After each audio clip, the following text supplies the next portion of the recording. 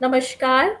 Literary warriors group की इस 204वीं काव्य गोष्ठी में आप सबका बहुत बहुत स्वागत है। और यहाँ जो आपको सज्जन दिख रहे हैं, बहुत बड़े बड़े दिग्गज कवि हमारे साथ जुड़े हैं। हमारे साथ हैं राजेश जी और विनोद जी मुंबई से, प्रहलाद रेणु कुमार जी, प्रोफेसर प्रवीण कुमार, अंशुमन जी दिल्ली से, निशा मुदगरे जी पुणे से। निशा जी, मैं भी पुणे से जुड़ी हूँ। आप सबका बहुत बहुत स्वागत है। नमस्कार। और आज आप सबके साथ मुझे भी मौका मिलेगा इन सभी दिग्गज लोगों की कविताएं सुनने का और उनका आनंद उठाने का। तो इससे पहले कि हम ये कार्यक्रम शुरू करें, मैं आपको बता दूं, लिटरेरी वॉरियर्स ग्रुप एक ऐसा लिटरेरी ग्रुप है जो नॉन प्रॉफिट ग्रुप है। हम ये जो ग्रुप है ये बनाया ही इसलिए गया था कि हम सभी साहित्यकारों को साथ में लाएं और इसके साथ साथ नई आवाज़ों को, नए साहित्यकारों को एक मंच मिले जहां वो अपने आप को एक्सप्रेस कर सके। और यहाँ पे हर भाषा का स्वागत है, हिंदी, मराठी, इंग्लिश, और अभी जब हम लखनऊ जा रहे हैं अपने चौथे लिट फेस्ट भाषा एंड बियॉन्ड 4 के साथ, तो इसमें जुड़ जाएगी उर्दू भी। तो आप सब भी जरूर जुड़े। अगर आप लखनऊ से हैं तो आपको आना ही होगा। अगर आप लखनऊ के आसपास हैं तो आपका बहुत बहुत स्वागत है। लखनऊ के जितनी भी आसपास के जानकारी है, जरूर हैं। बिल्कुल, तो आपको तो आना ही होगा विनोद जी। और प्रोफेसर प्रवीण कुमार जी, आपका भी बहुत बहुत स्वागत है। चलिए इसी के साथ शुरू करते हैं हमारा पहला सत्र। और इससे पहले कि आप कविताएं सुने, मैं मंच पे आमंत्रित करना चाहूंगी राजेश कुमार जी को। और आपको इनका छोटा सा, बहुत बड़े व्यक्तित्व का छोटा सा परिचय दे दूं। राजेश सिन्हा जी विगत 4 दशकों से कविता, कहानी और फिल्म संबंधित विषयों पर नियमित लेखन और राष्ट्रीय सत्र की पत्र पत्रिकाओं में प्रकाशन करते हैं।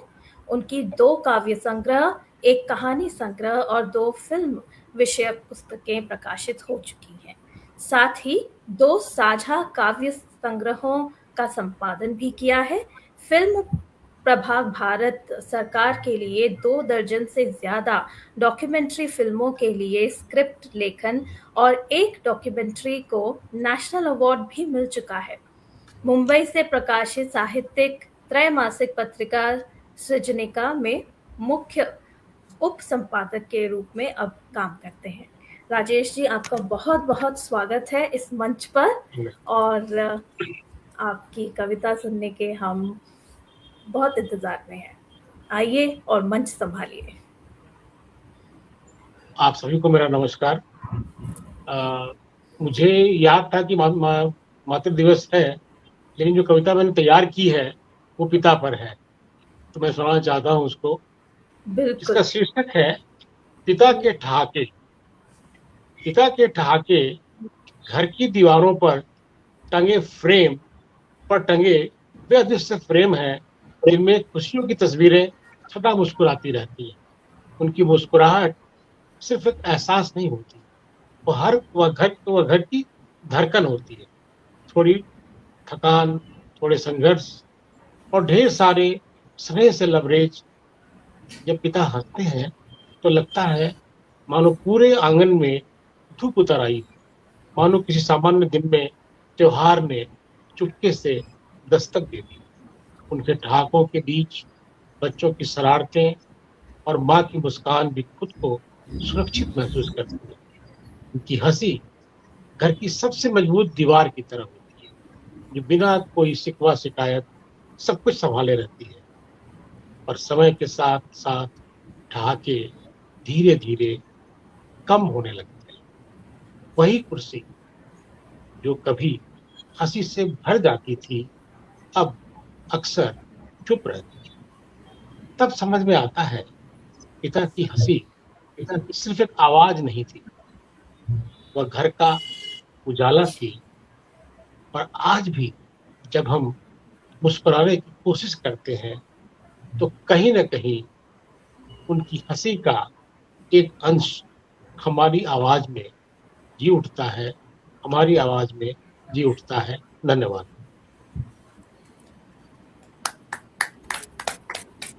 बहुत ही बहुत ही खूबसूरत भावपूर्ण कविता कविता, राजेश बहुत ही जी, धन्यवाद। बिल्कुल। बहुत ही भावपूर्ण राजेश जी, कविता। जी, तो मुझे ऐसा लगा कि आपकी कविता ने माँ के बारे में कुछ ना कह के भी बहुत कुछ माँ के बारे में कह दिया।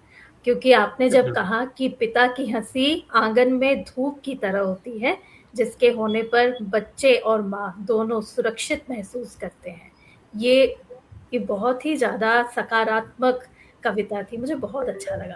राजेश धन्यवाद। जी, प्रवीण जी, आप कुछ कह रहे थे, माफ कीजिएगा, मैंने आपको मैं ये बीच कह में रहा था, टोक दिया। बहुत ही भावपूर्ण कविता थी। पिता या माँ को लेकर जो भी संवेदनाएं प्रकट की जाती हैं, वो बहुत हृदय को बहुत अंतरतम तक स्पर्श करती हैं, और राजेश सर की कविता ने ठीक वही भाव यहाँ पे प्रेषित किया है। बहुत धन्यवाद बहुत प्रवीण। साधुवाद सर आपको। बिल्कुल, बहुत ही मैं एक बात बोलना चाहूंगी।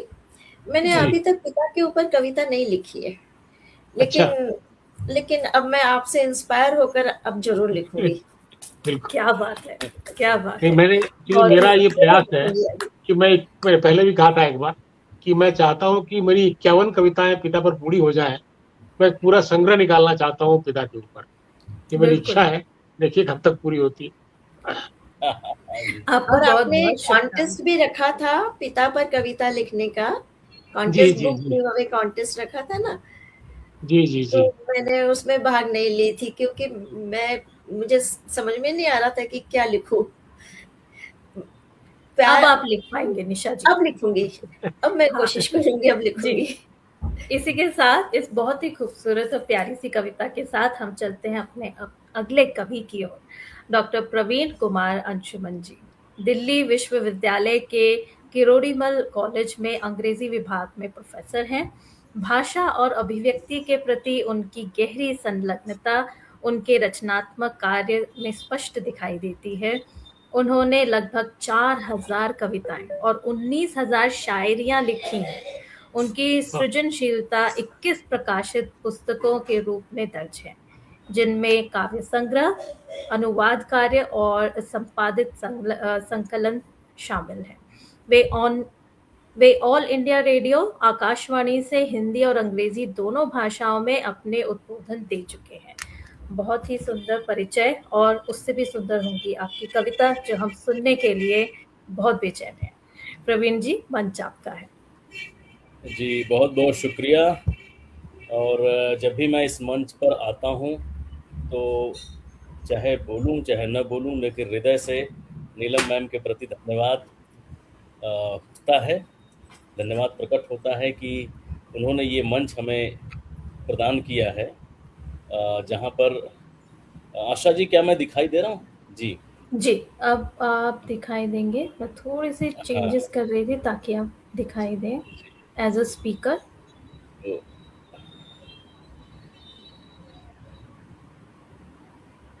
स्क्रीन शायद ब्लैक है पूरी।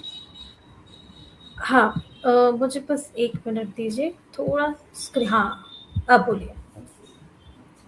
तो जब भी इस मंच पर आता हूँ काव्य गोष्ठी में, तो नीलम मैम के प्रति बहुत ही अनुग्रह का भाव आता है, क्योंकि उन्होंने जो मंच हमें प्रदान किया है, दूर दूर से हम जुड़ पाते हैं, और जो हमारे उद्गार हैं उनको हम अभिव्यक्ति दे पाते हैं। तो माँ के संदर्भ में जो आपने बातें कही, तो अभी हाल ही में एक बहुत ही दर्दनाक घटना घटी जबलपुर में, माँ और बच्चे को जो गोद में लेकर, तो मतलब उसको लेकर बहुत पीड़ा थी मेरे हृदय में, और सबके हृदय में थी। तो कुछ भाव जन्म लिए थे, उसको लेकर मैंने एक कविता की रचना की है, उसको मैं यहाँ पे प्रेषित करना चाहूँगा। कविता का शीर्षक मैंने दिया है माँ की गोंद। कविता का पाठ शुरू करता हूँ कि मृत्यु तो निश्चित है, मृत्यु तो निश्चित है, मृत्यु आनी ही है, मृत्यु ही वह सत्य है जिससे कोई नहीं बच सका। न कोई बुद्ध, न कोई कृष्ण, न कोई कबीर, न कोई ओशो, न मैं, न तू, और न ही कोई और, कोई नहीं बचने वाला है। मगर मृत्यु का क्षण निर्धारक है, नियामक है मृत्यु का क्षण। कहते हैं कि मृत्यु के क्षण में कोई व्यक्ति झूठ नहीं बोलता है। शायद डर जाता होगा, शायद सोचता होगा अगर इस क्षण भी झूठ का सहारा लिया तो न जाने क्या होगा। मृत्यु के बाद उस दुनिया की कल्पना से डरता है जो उसे जीवन भर डराती है, भय का रूप दिखाती है। मृत्यु के क्षण में इसमें कोई आश्चर्य न होगा यह कहना कि व्यक्ति केवल स्वयं के बारे में ही सोचता है, या कहूं कि सोच सकता है, क्योंकि जीवन के सारे रिश्ते अगर निपट गहराई में देखे जाएं तो वे निजी हैं। कहने का आशय है कि स्वार्थ के हैं। हर रिश्ता, गहरे से गहरा रिश्ता भी कहीं न कहीं जाकर स्वार्थ के अधीन ही रहता है। लेकिन कहते हैं कि मृत्यु के क्षण में डूबते हुए आदमी को कभी बचाने की कोशिश नहीं करनी चाहिए, क्योंकि डूबता आदमी सिर्फ स्वयं के बारे में सोचता है। बचना चाहता है, जीवित रहना चाहता है, वह जो बचाने आता है उसके ऊपर लिपट जाता है, चिपट जाता है, उसके ऊपर चढ़ जाता है। खुद तो मरता ही है, जो बचाने आता है उसे भी मार डालता है। लेकिन माँ मृत्यु के क्षण में क्या करती होगी माँ? क्योंकि माँ इस दुनिया में वह अभूतपूर्व व्यक्तित्व है जिसे भगवान श्री कृष्ण ने भी ईश्वर से ऊपर रखने की चेष्टा की। उन्होंने कहा है कि माँ तो ईश्वर से भी ऊपर है, क्योंकि ईश्वर को भी अगर इस मृत्यु लोक पर, इस पृथ्वी लोक पर आना हो तो माँ के गर्भ से होकर ही गुजरना पड़ता है। ईश्वर कभी भी प्रकट होकर इस धरती पर नहीं आ पाता है। इसीलिए तो माँ सर्वश्रेष्ठ है, सबसे ऊपर है, क्योंकि माँ में कुछ है जो और कहीं नहीं है। दुनिया के हर रिश्ते में स्वार्थ आ सकता है, माँ के रिश्ते में कभी नहीं आ सकता। और अगर कहीं किसी माँ के रिश्ते में आ जाए तो समझ लेना कि वो बस जैविक रूप में माँ है, माँ बनना अभी उसका बाकी है। जो असली माँ है वह तो मातृत्व से लबरेज है, आविष्ट है, और वह तो निस्वार्थ भाव का शिखर होती है। अगर किसी दिन मृत्यु से उस माँ का साक्षात्कार होगा तो क्या करेगी माँ? यह जानना कठिन नहीं है। अगर उसका छोटा बच्चा और वह दोनों पानी में गिर जाएं तो माँ यह कभी नहीं चाहेगी कि उसका अपना बच्चा मृत्यु को प्राप्त हो। माँ यह भी कभी नहीं चाहेगी कि यदि मृत्यु आए तो उसका बच्चा उससे पहले मरे। वह चाहेगी कि वह स्वयं मर जाए, लेकिन अगर माँ के पास मौका है, अवसर है, तो बच्चे को बचाना संभव है, संभव नहीं है, बच्चे की बचने की कोई गुंजाइश नहीं है, तो माँ अपने तन से अपने बच्चे को जुदा नहीं होने देगी। मृत्यु के अंतिम श्वास तक जिरह और जद्दोजहद करेगी, अपने से बच्चे को किसी हाल में पृथक नहीं होने देगी। मर कर भी वह इस सुकून के साथ विदा हो सकेगी कि उसने जीते जी अपने बच्चे को अपने मातृत्व के आंचल से दूर नहीं होने दिया। मृत्यु को उसके पास आने से बहुत दूर छिटका दिया। माँ के आंचल में जन्नत है, मृत्यु नहीं। माँ एक ऐसा संसार है जिसको समझता बस एक बच्चे का प्यार है। माँ के आंचल में तो बच्चा खो जाता है, इस तरह मिट जाता है कि उसे पता भी नहीं चलता कि वह कब और कहाँ चला गया। अंतिम पंक्तियां हैं कि माँ की गोद में बच्चा सदा के लिए संरक्षित है। ऐसी माँ को ही बस माँ कहते हैं, और ऐसी माँ ही बस माँ होती है, क्योंकि माँ ऐसी ही होती है। इसीलिए माँ ईश्वर से भी ऊपर होती है। बहुत बहुत शुक्रिया, बहुत बहुत धन्यवाद। बहुत ही मार्मिक। बहुत अच्छी। विनोद जी, आप इस कविता के ऊपर, खूबसूरत कविता के ऊपर कुछ टिप्पणी देना चाहेंगे? ये बहुत ही भावुक कविता है, और इसमें जो है अध्यात्म और यथार्थ दोनों को का चित्रण, चरित्र चित्रण बहुत ही अच्छा किया गया है। क्योंकि अभी की जबलपुर की घटना, जो कि क्रूज का एक्सीडेंट हुआ, उस पर ये चर्चा की गई है। कविता बहुत ही मार्मिक और बहुत ही अच्छी है, बहुत ही भावपूर्ण, बहुत अच्छी कविता रही। इसके लिए बहुत बहुत धन्यवाद उस्मान विनोद जी जी। को बहुत बहुत बधाई। जी जी तो सभी ने नहीं, मतलब शब्द ही नहीं है कहने के लिए, निशब्द कर दिया आपने। क्या बोलूं इसमें? जी, ऐसा बहुत बार होता है कि हम जब भी अपने सामने किसी को कष्ट में देखते हैं तो बहुत कुछ सोचते हैं, अगर ऐसा करें तो क्या होगा, ना करें तो क्या होगा, मदद करनी चाहिए या नहीं चाहिए। लेकिन जब एक माँ के सामने उसका बच्चा किसी तकलीफ में हो तो उसका सिर्फ एक ही रिस्पॉन्स होता है कि बच्चे को कैसे बचाना है, चाहे वो खुद किसी भी तकलीफ में हो। बहुत ही अच्छे से आपने इस कविता में माँ के इस प्यार को दर्शाया है प्रवीण जी, बहुत बहुत धन्यवाद। बहुत बहुत इसके शुक्रिया बाद आशा। जी, इसके बाद मैं स्वागत करती हूँ निशा जी का कि वो मंच पे आए और अपनी कविता सुनाएं, और मैं आपको निशा जी का परिचय दे दूं।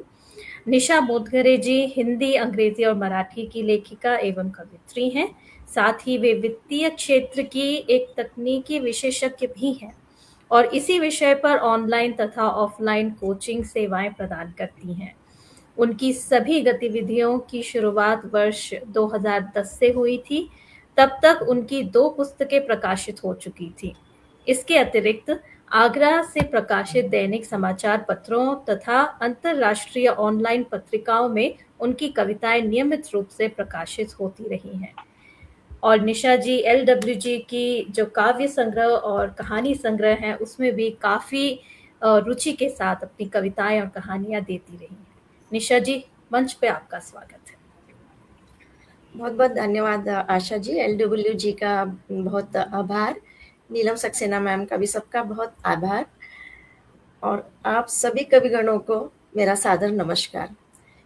आपने जो मेरा परिचय दिया है उसमें मैं सिर्फ एक करेक्शन करना चाहती हूँ कि मेरी पुस्तकें जो है, पहली पुस्तक मेरी 2024 में प्रकाशित हुई जो वित्तीय क्षेत्र से संबंधित है, और दूसरी पुस्तक LWG के प्लेटफॉर्म से ही उसका विमोचन हुआ है जो 2025 में, मतलब 2024 में पहली और 2025 में दूसरी पुस्तक, 2 पुस्तकें मेरी प्रकाशित हुई है।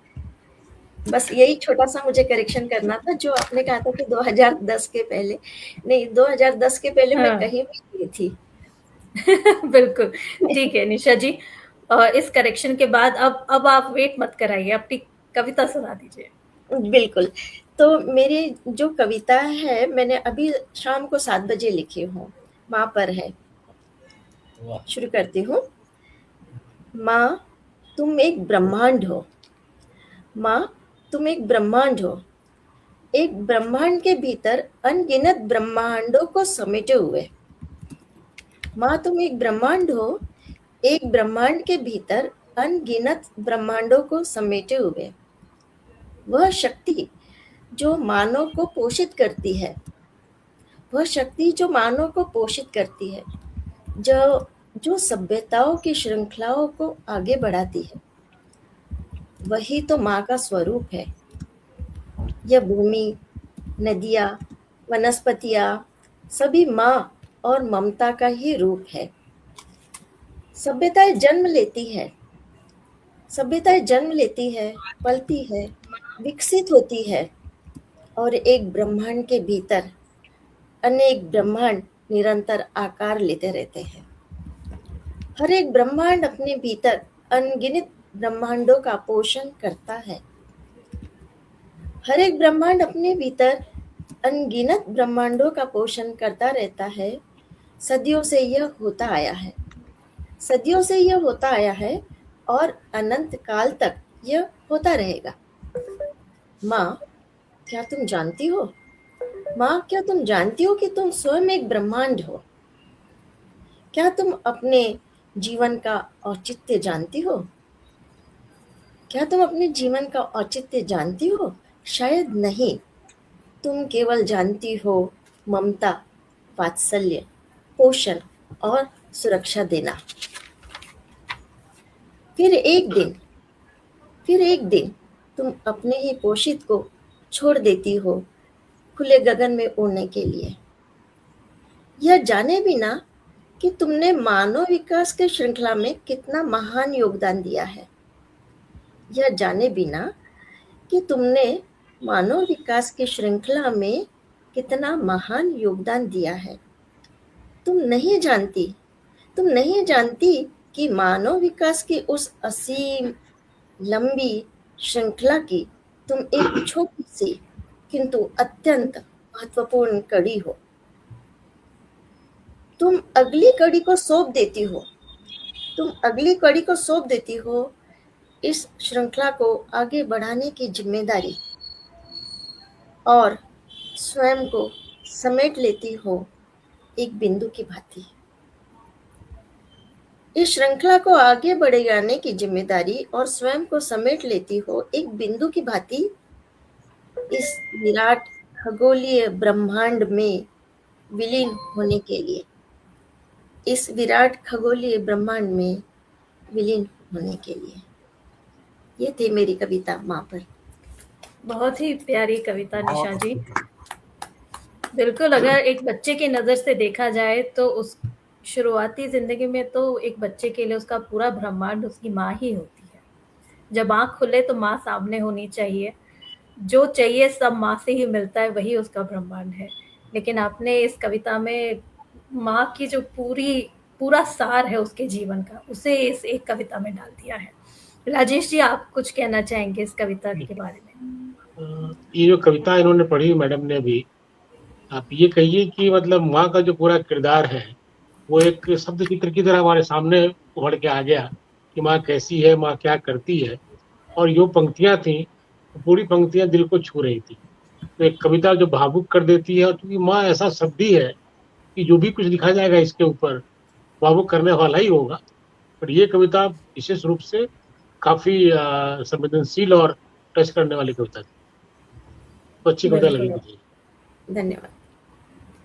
धन्यवाद राजेश जी। इतनी प्यारी कविता के बाद हम चलते हैं विनोद जी की तरफ। विनोद जी, और इससे पहले कि विनोद जी अपनी कविता सुनाए, मैं आपको उनसे परिचित कराती हूँ। विनोद जी ने बहुत ही छोटा प्यारा सा परिचय मेरे साथ साझा किया था। विनोद कुमार जी हिंदी में सामाजिक तथा सामयिक मुद्दों पर कविताएं लिखते हैं। कविता के मुद्दे प्रकृति, सामाजिक समरसता, सांस्कृतिक आदान प्रदान तथा आधुनिक मुद्दे होते हैं। जितना सरल इनका परिचय है, उतनी ही भावपूर्ण इनकी कविताएं होती हैं। तो विनोद जी, मंच आपका है, कृपया हमें अपनी एक प्यारी सी कविता सुना दें। धन्यवाद मैडम। सबसे पहले इस मंच और नीलम सक्सेना मैडम को ये जो पटल है प्रदान करने के लिए उनको बहुत बहुत धन्यवाद देते हैं। और जो हमारी एक छोटी सी कविता है जिसका शीर्षक है बच्चों की अदालत, तो मैं बच्चों की अदालत, बच्चे क्या सोचते हैं वो अपनी अदालत में उसको शेयर कर रहे हैं कि कविता का वही शीर्षक है और उसी को व्यक्त करने का एक छोटा सा प्रयास है।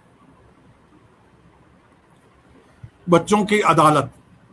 अदालत में बच्चे यूं बोले, बेशक हम लड़े झगड़े, ये सच है कि हमने कप प्लेट तोड़े, पर कभी हमने न दिल तोड़े, पर कभी हमने न दिल तोड़े। न किसी को धोखा दे मुंह फेरा, न कोई तेरा न कोई मेरा, न कोई तेरा न कोई मेरा। न कोरा है मेरे इस दिल का पन्ना, सपनों में सीखा है हमने बढ़ना। हम पर लड़ने का आरोप, क्यों मरते हो नई नई गलती मेरे सिर, क्यों मरते हो नई नई गलती मेरे सिर, क्यों मरते हो। भागलपुर मैंने नहीं भड़काया है, राम रहीम का भेद हमने नहीं बनाया है। हमने नहीं, मंदिर मस्जिद सब मेरे दिल का कोना है। भारत का नक्शा सिर्फ किताबों में नहीं, मेरे दिल में होना है। भारत का नक्शा सिर्फ किताबों में नहीं, मेरे दिल में होना है। हम बच्चे ही हैं जो साथ साथ घुलते मिलते हैं, लड़ते झगड़ते हैं और सब संग साथ साथ खेलते हैं। हमारा भोलापन ही है जो सारी बातें भूल जाते हैं। साथ साथ लड़ते झगड़ते और साथ साथ खाते हैं, साथ साथ लड़ते झगड़ते और साथ साथ खाते हैं। मेरे जो सीखना है तो हमसे सीखो, राम रहीम भाषा क्षेत्र भूल कर देखो, तब तुम भारत का नक्शा किताबों में नहीं दिल में पाओगे। मेरा भारत नारों में नहीं हकीकत में महान बनाओगे। मेरा भारत नारों में नहीं हकीकत में महान बनाओगे। धन्यवाद।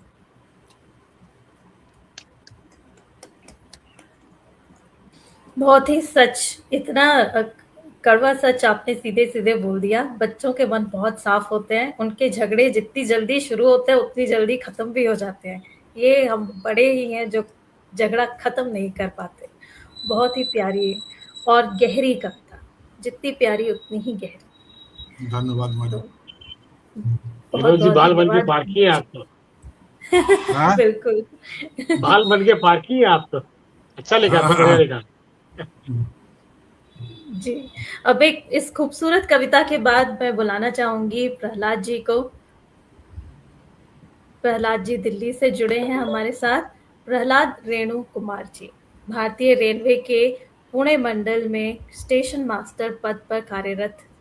इसमें है लिखा है, लेकिन अभी दिल्ली शिफ्ट हो गए हैं तो उन्हें बताना पड़ेगा ये हैं या थे। हिंदी साहित्य में उनकी गहरी रुचि है। कविताएं पढ़ना, सुनना और लिखना उनके सबसे पसंदीदा कार्यों में से एक है। उन्हें विशेष रूप से प्रेम, दोस्ती, पलायन और बिछड़न जैसे संवेदनशील विषयों पर कविताएं लिखना पसंद है, जिसमें जीवन के अनुभव और भावनाओं की गहराई झलकती है। तो प्रहलाद जी, आपका मंच पे स्वागत है। आइए और अपनी कविता सुनाइए। बहुत बहुत धन्यवाद मैम। और जैसा प्रवीण सर ने कहा था कि जब भी हम काव्य सम्मेलन में आते हैं तो एक अंदर से धन्यवाद निकलता है नीलम मैम के लिए, क्योंकि ये मंच उन्होंने हमें दिया, तो जिसकी वजह से हम अपने अंदर की बात, खासकर मेरे जैसे जो लोग हैं, वो कविता के माध्यम से बोल पाते हैं। तो आज भी कुछ ऐसा ही है, तो आप थोड़ा गौर से सुनिएगा। तो मैं शुरू करता हूँ कि वो सोच रहा था क्या यही वो चार लोग हैं जिनका खौफ हमें पिलाया गया। वो सोच रहा था कि क्या यही वो चार लोग हैं जिनका खौफ हमें पिलाया गया, क्या यही वो धर्म है जो लाशों पर सजाया गया। तभी उसे याद आया, क्यों लोग अपना शहर छोड़ जाते हैं, क्यों इस पाखंड समाज से अपना रिश्ता तोड़ जाते हैं। तभी भीड़ से आवाजें आई, गिद्धों की तरह मंडराती, अरे अस्पताल का खर्चा किसने उठाया, छोटे ने या बड़े ने, सुना है कर्ज चढ़ा है बहुत पिता के जिद पर अड़े रहने से। कोई बोला श्राद्ध में बर्तन पैसा और गायदान जरूरी है, किसी ने टोका दिखावा मत करना बस क्रियाक्रम जरूरी है। कोई बोला श्राद्ध में बर्तन पैसा और गायदान जरूरी है, किसी ने टोका दिखावा मत करना बस क्रियाक्रम जरूरी है। डोम खरा था हाथ पसारे 25,000 लगेंगे आग के, जैसे स्वर्ग का टिकट बेच रहा हो वो सौदागर उस भाग के। डोम खरा था हाथ पसारे 25,000 लगेंगे आग के, जैसे स्वर्ग का टिकट बेच रहा हो वो सौदागर उस भाग के। पिता की चिता धधक रही थी, लकड़ियां चटक रही थी और लोगों की निगाहें बस पत्तलों पर अटक रही थी। तभी एक परछाई आई, कंधे पर हाथ धरा, लड़के को लगा शायद कोई सातोना का घाव भरा, पर शब्द गिरे पत्थर बनकर रूह को छलनी कर गए। बेटा चिता जलने के बाद भोजन का क्या हिसाब है, खाने का प्रबंध यही घाट पर है या घर पर कोई इंतजाम खास है। लड़के ने देखा उस शख्स को, फिर देखा जलती आग को, उसने जवाब नहीं दिया बस समेटा अपने वैराग्य को। पिता जलकर खाक हुए पर एक सच साफ हो गया, तमाशबीन इस समाज का आज हर मुखौटा साफ हो गया। धन्यवाद। बहुत बहुत ही मार्मिक कविता प्रहलाद। और मैं ये तो अभी आपके अनुभव से जागी हुई, जन्मी हुई कविता लगती है, इससे ज्यादा कुछ नहीं बोलूंगी। बहुत ही मार्मिक है। ये सब कविता काफी अच्छी थी और मतलब सामाजिक जो हमारी विडंबनाएं हैं उन पर अच्छा खासा तंज है, सटीक तंज है। बहुत बढ़िया लिखा आपने। एक कटु सत्य है, कटु सत्य, मानव स्वभाव का कटु सत्य, समाज का कटु सत्य लिखा है जी। और इसके साथ प्रहलाद की है समाज के मुद्दों पर प्रहलाद जी। और इसी के साथ मैं मंच आपको ही देती हूँ प्रहलाद, अगर आप कविता के बारे में कुछ कहना चाहें। वैसे आपकी कविता ने ही बहुत कुछ स्पष्ट कर दिया है। अगर आप चलिए मैं आगे बढ़ता हूँ अब। हाँ नहीं मैं हूँ ठीक स्थिति में हूँ। ये एक्चुअली मैंने जैसा कहा कि हमें ये मंच मिला कि हम अपनी बात कविता के माध्यम से कह सकें। तो कुछ ऐसा ही था ये। तो अब आगे बढ़ाते हैं हम, और अब हम आमंत्रित करते हैं हमारी आज की मंच संचालिका आशा सिंह गौर जी को। उनको बुलाने से पहले उनका एक छोटा सा परिचय तो खैर बहुत लंबा था, लेकिन मैंने मतलब कोशिश किया कि जितना हो सके तो मैंने छोटा करने की कोशिश की। आशा जी एक प्रतिष्ठित लेखिका, अनुवादक और संपादक हैं, जिन्होंने अपनी लेखनी से हिंदी साहित्य और अंग्रेजी साहित्य को समृद्ध किया। उनकी चर्चित कृतियों में उनकी कविता संग्रह सुर्ख लाल बर्फ, कहानी द साइन और हाल ही में पिछले साल प्रकाशित पुस्तक 15th Month एंड 7 स्टोरी विशेष रूप से उल्लेखनीय है। वे अब तक कई लेखों, कहानियों और कॉमिक बुक्स तथा उपन्यासों का सफल अनुवाद कर चुकी हैं। इसके साथ ही वो कई साझा काव्य और कहानी संग्रहों का महत्वपूर्ण हिस्सा भी रही हैं। और साहित्य के अतिरिक्त आशा जी एक प्रामाणिक स्वप्न विश्लेषक और आर्ट थेरेपिस्ट हैं। ये बात मुझे आज ही पता चली। उनकी साहित्यिक प्रतिभा और योगदान के लिए उन्हें कई प्रतिष्ठित सम्मानों से अलंकृत भी किया जा चुका है, जिनमें राधा अवधेश पांडुलिपि सम्मान, इंडिया गेट बुक्स द्वारा साहित्य रत्न सम्मान, उकियोटो पब्लिशर्स का सर्वश्रेष्ठ कवि सम्मान और विश्व मैत्री मंच से शब्द चित्र सम्मान प्रमुख है।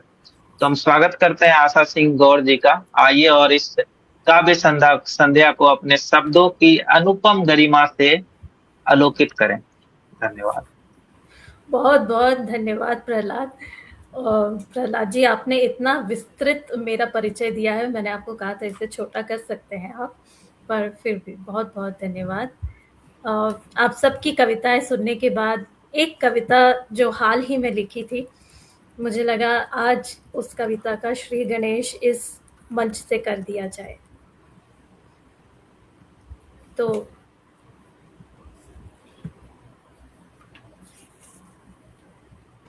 इस कविता का नाम है सैनिकों के बच्चे।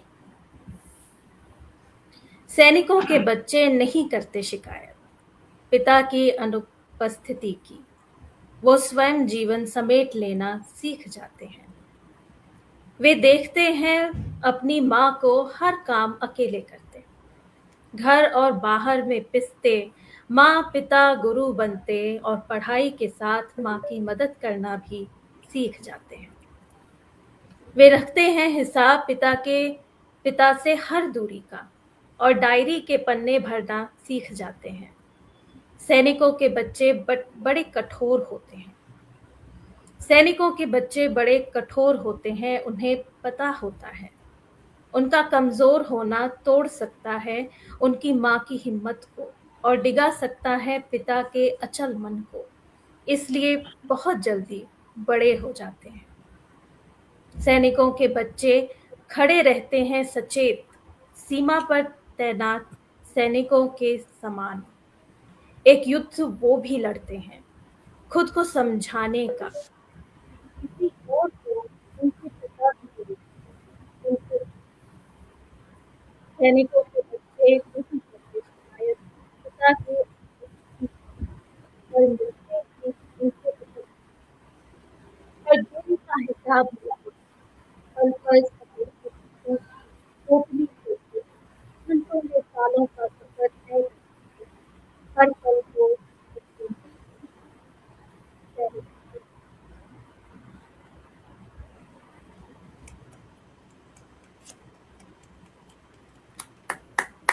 बहुत अच्छे। धन्यवाद विनोद जी। तो ये हाल ही में लिखी हुई कविता थी। इसके बाद अभी हमारे इस बहुत सारे यहाँ पे कमेंट्स आए हुए हैं।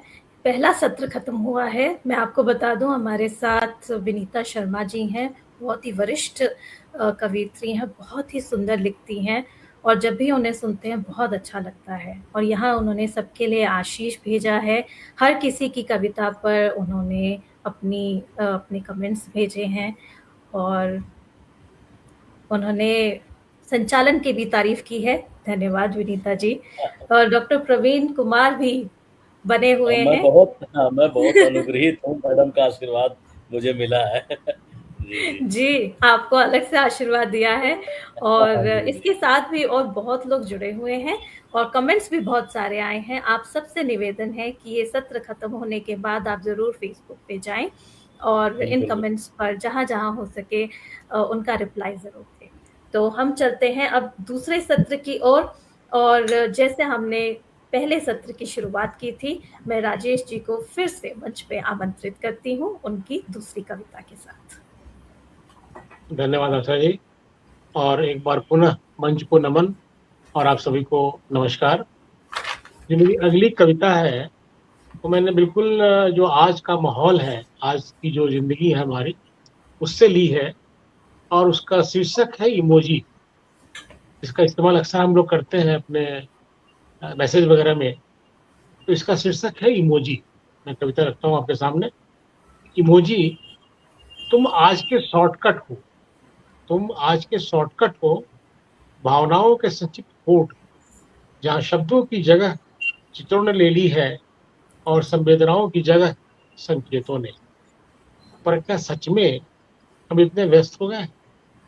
पर क्या सच में हम इतने व्यस्त हो गए हैं कि प्रेम को एक दिल में, दुख को एक आंसू में और खुशी को एक हंसी की शक्ल में समेट देते हैं? यह हमारी थकान है, जहाँ हम कहना तो बहुत कुछ चाहते हैं पर लिख नहीं पाते, और फिर एक इमोजी भेजकर अपनी चुप्पी को अर्थ दे देते हैं। कभी कभी लगता है इमोजी हमारी भाषा नहीं। कभी कभी लगता है इमोजी हमारी भाषा नहीं है, हमारी कमजोरी है। महसूस नहीं कर पाने की, कह नहीं पाने की, फिर भी छोटे छोटे चेहरों में हम तलाशते हैं अपनी उपस्थिति, अपनी प्रतिक्रिया, अपना होने का तरीका। शायद इमोजी झूठ भी नहीं है, शायद इमोजी झूठ भी नहीं है, बस अधूरे हैं, जैसे कोई अधूरी कविता जिसमें शब्द कम है और अर्थ बहुत अधिक, और अर्थ बहुत अधिक। धन्यवाद। वाह, बहुत ही खूबसूरत, बिल्कुल सही। धन्यवाद। कई बार इमोजी पर भी कविता हो सकती है, ये पहली बार पता चला। कोशिश की है मैंने, आज ही कोशिश की है। बहुत सराहनीय प्रयत्न है, बहुत सराहनीय धन्यवाद मैम। और अच्छी लगी। बहुत ही सुंदर, बहुत बढ़िया जी। रचना राजेश सर। इमोजी पर सही धन्यवाद बात भाई। आपने बोला, कभी कभी ख्याल नहीं गया कि इमोजी पर भी कविता लिखी जाए, लेकिन जो उसके माध्यम से आपने अभिव्यक्ति दी है वो बड़ी लाजवाब है।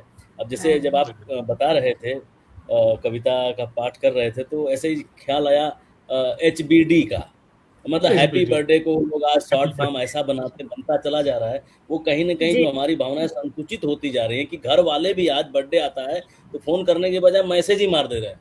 मतलब ये क्या है, मतलब ये चीजें इतनी श्रिंक होती जा रही हैं। तो वो जी। इमोजी ये सब चीजें उसको सिंबलाइज तो कर ही रही हैं। वो अच्छा है बुरा है वो अलग मसला है, लेकिन वो सिंबलाइज तो कर ही रहे हैं। बड़ी अच्छी अभिव्यक्ति आपने की अपनी कविता में, लाजवाब। धन्यवाद। बहुत ही सुंदर। और इसी के साथ मैं प्रवीण जी को ही मंच पे बुलाती हूँ उनकी दूसरी कविता के लिए। इससे पहले विनीता जी ने यहाँ पे कमेंट किया है, साफ सुनाई नहीं पड़ा। तो ये मुझे तो सबकी आवाज अच्छे से सुनाई दे रही है। ये क्या मेरी कविता के लिए था? आपकी बाद में नहीं सुनाई पड़े थे। थोड़ी सी आवाज कम हो गई थी। आवाज कम थी।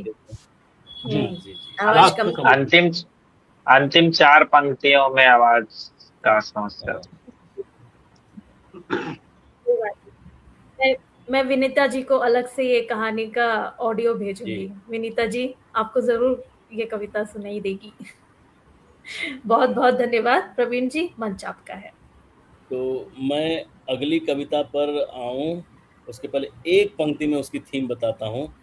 डॉक्टर हरिवंश राय बच्चन जी की आत्मकथा आपने पढ़ी होगी, नहीं पढ़े तो अगर पढ़ेंगे तो आपको पता लगेगा। इतना महान कवि, वो भी, उनकी भी कविता का जो संकलन था वो पब्लिशर छापने के लिए तैयार नहीं थे। तो कुछ ऐसा भाव है कविता जब हम लिखते हैं वो क्या होती है, और जब हम उसको छपवाना चाहते हैं और छपवा कर बेचना चाहते हैं। ये इसका थीम है जो मैं अगली कविता का पाठ करने जा रहा हूँ। शीर्षक है कविता छपने के पूर्व और छपने के बाद। क्योंकि काव्य गोष्ठी चल रही है तो शायद ये कविता रेलेवेंट भी बहुत होगी कि मत कर जाया शक्ति तू खुद की कविताई करने में। मत कर जाया शक्ति तू खुद की कविताई करने में, कविता की जान निकल जाती है पब्लिशर के हाथों छपने में। क्या बात है साहब, क्या कौन बात है। पढ़ता है कविता जी? बहुत बढ़िया। से बात हुई तो बोलते हैं अरे कविता कौन पढ़ता है, मैं कविता नहीं छापते हम लोग। कौन पढ़ता है कविता जी? बस यही सुनने को मिलता है छापे खाने से। और हर साल पुस्तक मेले में कविताओं का नया जखीरा न जाने कहाँ से मिलता है। कौन पढ़ता है कविता जी? बस यही सुनने को हर छापे खाने से मिलता है। और हर साल पुस्तक मेले में कविताओं का नया जखीरा न जाने कहाँ से मिलता है। ऐसा नहीं कि छपती नहीं, किसी किसी की छपती है। कई मंच भी सजते हैं, नए नए फूल भी खिलते हैं, काव्य गोष्ठियों की भी हर ओर भरमार है। फिर कविताओं को छापने में छापा खाना क्यों बीमार है? कविताओं को छपवाने में बच्चन की भी फजीहत हुई। बच्चन मतलब हरिवंश राय बच्चन। खुद छापा खाना खोले और फिर गाड़ी आगे बढ़ सकी। उनका हाल भी इलाहाबाद में पूरा बेहाल था, और मधुशाला के पूर्व तो सब कुछ नगलने वाली दाल था। कविताएं भी छपती हैं, कविताएं भी छपती हैं, उनकी नहीं जो बच्चन हैं, बल्कि वो जो अब बच्चन हो चुके। पाठ जगह जगह जिसके अब आयोजित होने लगे। वरना बच्चन वही हैं, बस कीमत 2 कौड़ी की। किस्मत चमकी न हो तो हलो तुम कौन हो जी। कविता छप जाए तो ठीक, वरना कवि का दिल काफी है। शब्द गूंज बनकर जब उठते हैं तो निज निलय आलोकित है। इससे ज्यादा की मांग थोड़ी अकविताई है। बस इसी उपक्रम में ही कविता की रूह बन बनाई है। कविता कलम से निकली तो भी कविता है, न निकल सके गर कभी तो कवि हृदय ही उसकी सरिता है। कविता क्या बात। छपने के लिए नहीं, छुपे को कहने की बात है, और प्रकट को प्रतिसंवेदित करने के ये अनमोल जज्बात हैं। कविता एक शीतल आग है जो जलाकर कुंदन करती है। पृष्ठों को नहीं, जीवित हृदय की अभिप्सा ये रखती है। कविता जोड़ती है तैरते हुए भावों को, इधर उधर उमड़ते घुमड़ते हर एक राहों को। कविता छप जाए तो ठीक, न छपे तो शायद और ठीक। कविता का प्रथम संस्करण तो अतल गहराई में पहले ही छप जाता है। कविता प्रकट होने के पूर्व कवि का जन्म हो जाता है। यही कविता की महिमा है, यही कविता की गरिमा है। छपने के पूर्व कविता पूर्णतः पवित्र और पावन है। छपकर इसकी बिसात केवल और केवल मनभावन है। शायद हर पब्लिशर इसकी पवित्रता को बचाता है, न छापकर इसे वो और पावन भी बनाता है। छपने के पूर्व यह एक दिल का उद्गार है। अंतिम पंक्तियां हैं। छपने के पूर्व यह एक दिल का उद्गार है, छपने के बाद शुरू होता इसका व्यापार है। न छपी कविता अद्वितीय और बेमेल है, और छप जाए तो अनवरत शुरू होता खेल है। धन्यवाद। क्या बात, बहुत बढ़िया साहब, क्या बहुत बात। बढ़िया। बहुत हम बढ़िया। सबका दुख दर्द, हम सबका दुख दर्द उड़ा दिया आपने। सारे कवियों का दर्द है। सब कवियों के दर्द का निचोड़ एक कविता में आपने भर दिया। बहुत बढ़िया, बहुत ही खूबसूरत। आनंद आ कवि गया। तो गुजर ही रहा है इन सब चीजों से। हाँ, मुझे लगता है अब मेरी आवाज थोड़ी क्लियर आ रही होगी शायद। और अभी तो मुझे ठीक है। बड़ा अभी अच्छा आ लग रही रहा है है। कि प्रहलाद जी ऐसे नहीं बोल रहे हैं, मैसेज से बोल रहे हैं। बहुत बहुत धन्यवाद प्रहलाद जी। जी। मैंने एक कमेंट किया। पिछली बार भी मैं प्रवीण सर के साथ था। ये पहली कविता में लोगों को एडजस्ट होने देते हैं, अच्छे एडजस्ट हो गए, अब कुर्सी से उठवाते हैं। जी, तो दूसरी कविता में ये फिर पूरा हिला देते हैं। बस अब हमारी घड़ी थोड़ी आगे चल रही है, समय का थोड़ा अभाव है, 4 कवि बाकी हैं, तो मैं इसी के साथ विनोद जी को आमंत्रित करती हूँ, और निशा जी को, माफ कीजिएगा, निशा जी को आमंत्रित करती हूँ उनकी दूसरी कविता के साथ। धन्यवाद। फटाफट अपनी कविता शुरू करती हूँ क्योंकि समय की कमी हो रही है। तो मेरी दूसरी कविता का शीर्षक है सूरज की प्रस्तावना। ये एक नज्म है। सूरज अंधेरी की बंद खिड़की खोलकर हर सुबह रखता है अपनी किताब की प्रस्तावना।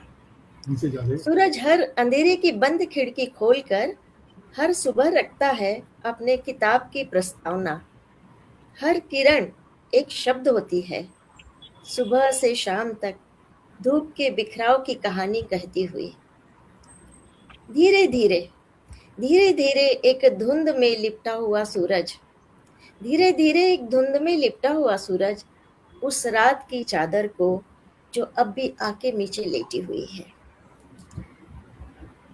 रेशमी उम्मीदों से भरी किरणें लिखती है एक नई कहानी।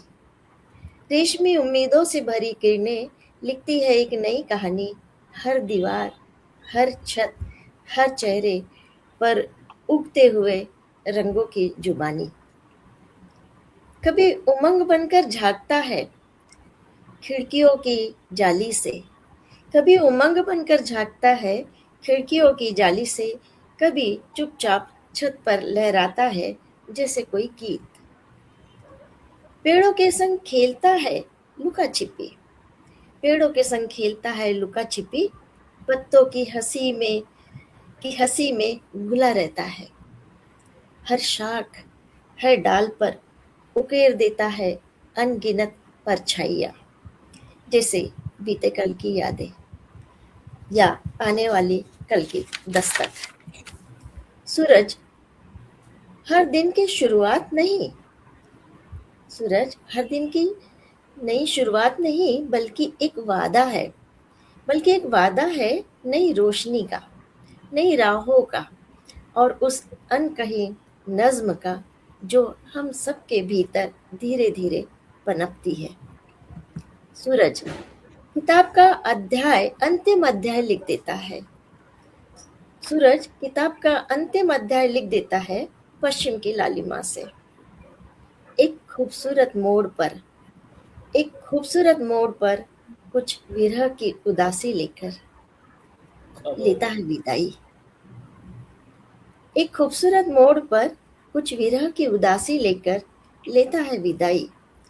सूरज लिखता है हर दिन एक नई किताब, होती है नई प्रस्तावना, होती है नई प्रस्तावना और होता है नया कथानक, और होता है नया कथानक। धन्यवाद। बहुत ही खूबसूरत कविता निशा जी। जी सूरज विनोद की जी आप सूरज एक आशा की उम्मीद है, और जो सवेरे का सूरज है वो नई आशा, नई उम्मीद का तो प्रतीक है ही, और इसकी प्रस्तुति भी बहुत ही अच्छे ढंग से की गई है। तो इसके लिए निशा जी बधाई की पात्र हैं। धन्यवाद। और पुरानी आशा का निवेदन है विनोद जी से कि आप अपनी दूसरी कविता सुनाएं। हाँ। हमारी जो दूसरी कविता है उसका शीर्षक है एटम बम के बाद।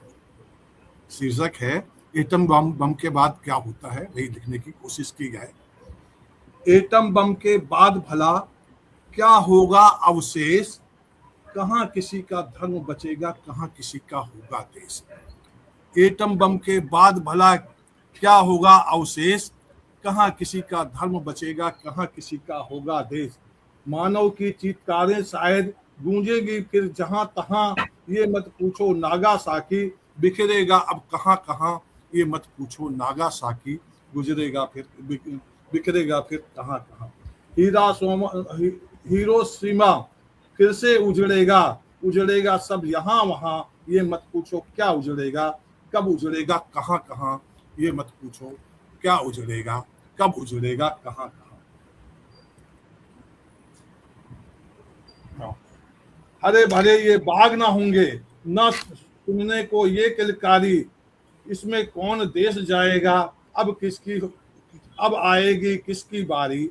लड़ने भिड़ने और अकड़ने की करते हैं सब फिर मिल तैयारी, दो पल की खुशियां ना होंगी, गम के सागर भी होंगे भारी, गम के सागर होंगे भारी। जलते नगर डगर सब होंगे, सब कुछ होगा बिखरा विस्मयकारी, ना कोई जीतेगा भाई, किसी की ना होगी फिर हारी। वही परिक्रमा पूरी होगी, राख ढेर का कुछ अवशेष, एटम बम के बाद भला क्या होगा अवशेष। बस जंगल होगा शेष, ना संस्कृति ना कोई सभ्यता, पशुओं जैसा होगा भेष। एटम बम के बाद भला क्या होगा अवशेष, कहाँ किसी का धर्म बचेगा, कहाँ किसी का होगा देश। एटम बम के बाद भला क्या होगा अवशेष, कहाँ किसी का धर्म बचेगा, कहाँ किसी का होगा देश। धन्यवाद। बहुत ही खूबसूरत कविता विनोद जी, बिल्कुल सही। आजकल का जैसा माहौल हो रहा है, बिना सोचे समझे जो दुनिया में हो रहा है, उसके बाद जो विनाश हो सकता है उसकी हम सिर्फ कल्पना ही कर सकते हैं, जो किसी को नहीं चाहिए, बट पर फिर भी हम सब उसी की तरफ अग्रसर होते जा रहे हैं। तो बहुत ही समसामयिक कविता है विनोद जी। और इसके बाद मैं आमंत्रित करती हूँ प्रहलाद जी को फिर से मंच पे कि वो आए और अपनी दूसरी कविता हमें सुनाएं। तो मेरी दूसरी कविता भी, बहुत बहुत धन्यवाद मैम दोबारा से। मेरी दूसरी कविता भी कुछ वैसी ही है बट रिलेटेबल है थोड़ा, तो शायद रिलेट कर पाए सब लोग। तो मैं शुरू करता हूँ कि सुनो लड़को, अगर लगे कभी कि मोहब्बत है किसी से तो उसे कह देना, तुम इजहार कर देना। जमाने के दस्तूर और सही वक्त के फेर में उस कीमती एहसास को बेकार मत करना। सुनो लड़को, अगर थक जाओ जिम्मेदारियों के बोझ से और मन हो अपनी सफलताओं पर जोर जोर से रोने का, तो कमरा बंद करना और जी भर के रो लेना। आंसू बहाना तुम्हें कमजोर नहीं और फौलाद बनाता। सुनो लड़को, जिंदगी की हर छोटी जीत का जश्न मनाना, किसी बड़ी सफलता की हसरत में अपने आज को मत गंवाना। जो हासिल किया है उस पर खुद की पीठ थपथपाना, मुस्कुराने के लिए किसी खास तारीख का इंतजार मत करना। सुनो लड़को, अगर मन हो माँ की गोद में सिर रखने का या उनके साथ कहीं दूर निकल जाने का, तो दफ्तर की छुट्टियों या फुर्सत की राह मत देखना, बस हाथ थामना उनका और चुपचाप निकल जाना। वो पिता जो पहाड़ जैसे सख्त दिखते हैं, उनके भीतर भी ममता के कई दरिया बहते हैं। मन हो उन्हें गले लगाने का तो बिना झिझक लिपट जाना, वक्त का भरोसा नहीं इसे पछतावा मत बनाना। सुनो लड़को, अगर कभी हार मान लेने का जी करे तो मान लेना, तुम इंसान हो कोई मशीन नहीं, खुद को माफ करना सीखना, क्योंकि खुद से बढ़कर कोई हमनसी नहीं। तुम्हें हक है अपनी पसंद का लिबास पहनने का, हक है अपनी हॉबीज को जीने का और थोड़ा बहुत लापरवाह होने का। दुनिया की उम्मीदों के तराजू पर खुद को मत तौलना, जब भी घुटन महसूस हो तो दिल की बातें बेबाक कहना। तुम अपनी ख्वाहिशों का गला मत घोटना, अगर शौक है तुम्हें खाना पकाने का, नाचने गाने का या लिखने का या दुनिया घूमने का, तो दुनिया क्या कहेगी इस डर से अपने हुनर को मत गवाना। सुनो लड़को, अब जब आईने में खुद को देखो तो सिर्फ एक चेहरा नहीं, एक रूह को देखना। धन्यवाद। वाह क्या बात, वाह, बहुत बढ़िया। और वही सलाह दी थी आपने कविता में। बहुत बढ़िया। बहुत शानदार आपकी अभिव्यक्ति रही, और जो दिल कहे उसकी सुनो, है ना, सबसे बड़ा रोग क्या कहेंगे लोग। बड़ा अच्छे तरीके से आपने इसको पिरोया है प्रहलाद जी। बहुत बहुत धन्यवाद सर। और अब हम वापस से थोड़ा चाहूंगा प्रहलाद जी, मैं चाहूंगा ये कविता थोड़ा आप ग्रुप में डाल दीजिएगा, फिर से पढ़ने का है, थोड़ा सा सारे डायमेंशन को, पहलुओं को फिर से देखने की इच्छा है। जी बहुत बहुत धन्यवाद सर, मैं डाल दूंगा। मैं भी ये कहना चाहती हूँ प्रवन जी, आपकी जो कवियों वाली कविता है ना, वो भी आप ग्रुप में डाल दीजिएगा, मुझे फिर से पढ़नी है। हम सभी लोग डाल देंगे जो कविता हमने वाचन किया है। जी जी। हाँ। तो अब मैं वापस से बुलाना चाहूंगा हमारी मंच संचालिका आशा सिंह जी को, और वो अपनी दूसरी कविता से हमें फिर से अनुग्रहित करें। तो मंच अब आपका है, स्वागत है। धन्यवाद प्रहलाद जी। आजकल बिना सोचे समझे, जैसे मैंने कहा, बहुत कुछ हो रहा है, वैसे ही बिना सोचे समझे हमारे पेड़, हमारे जंगल काटे जा रहे हैं। तो उसी के ऊपर ये एक कविता है। जब ऐसी कोई ऐसा समाचार आता है कि कोई पेड़, कोई जंगल कटने वाला है, तब दिल उदास हो जाता है और तभी ऐसी कविताएं लिखी जाती हैं। इसका नाम है तरक्की के लिए। क्या अभी मेरी आवाज अच्छे से सुन पा रहे हैं आप लोग? आ रही आ है। रही है, बहुत बढ़िया, क्लियर आ रही है। हाँ, ओके। तरक्की के लिए सुना है यहाँ इसी जगह एक जंगल हुआ करता था, घना, ऊंचे ऊंचे पेड़ों वाला, जो आसमान को छिपा लेते थे। भयानक जंगली जानवर जिस पर राज किया करते थे। जंगल के बीच एक नदी बहती थी, जहां शेर, हिरण, भालू, हाथी सब साथ पानी पिया करते थे। जंगल की जमीन कीड़े मकोड़ों का घर थी और पेड़ चिड़ियों का बसेरा थे। और फिर उस जंगल के किनारे एक शहर बस गया और धीरे धीरे पेड़ गुम होने लगे। पहले उस शहर के घरों के लिए, फिर मेज कुर्सियों के लिए, फिर खेती के लिए, चूल्हा जलाने के लिए, सड़क बनाने के लिए, तरक्की के लिए, खुद को बनाने के लिए शहर पूरे जंगल को निगल गया। पर ये भूल गया कि उसे चाहिए थी मिट्टी चलने के लिए, अनाज उगाने के लिए, नदी पानी पीने के लिए, साफ हवा सांस लेने के लिए और पेड़ इन सब के लिए, जिन्हें वो काट चुका था तरक्की के लिए, जिन्हें वो काट चुका था तरक्की के लिए। धन्यवाद। वाह, बहुत बढ़िया, अच्छी कविता। आज पर्यावरण पर का तो ज्वलंत प्रश्न है ये। हाँ बिल्कुल बहुत ज्वलंत सही प्रश्न कहा है। आपने। और मेरा एक प्रश्न है आशा जी के लिए कि तरक्की की जगह विकास शब्द भी लगा सकते थे क्या? मुझे जब कविता लिखी जाती है, आई थिंक उस समय जो शब्द आ जाते हैं दिमाग में वही कविता का हिस्सा बन जाते हैं। विकास पर हाँ, मैंने पर्पसफुली बोला है विकास। दोनों का मतलब तो एक ही है।